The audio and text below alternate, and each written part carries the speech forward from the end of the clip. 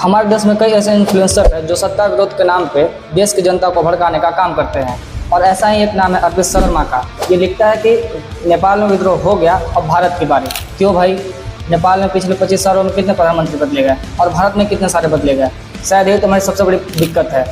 दरअसल इन जैसे लोग चाहते हैं कि देश की संसद जले, देश के सड़कों पर आगजनी हो और दुकानों को लूटा जाए और जैसे तैसे इनके कथित माई बाप सरकार बनाए। एक सवाल है कि ये उसकी मुंह बोली आंटी और उसका फूफा आखिर क्यों चाहते हैं कि इंडिया में भी नेपाल जैसा हो? क्या सिमिलरिटीज़ है नेपाल और भारत में?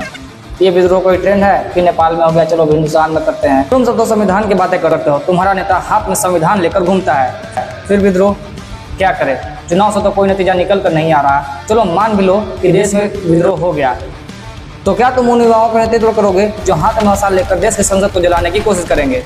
तुम अपने घरों में घुस जाओगे और अंदर से भी ताला डालोगे और फिर वीडियो बनाओगे और भुगतेगी इस देश की आवाम।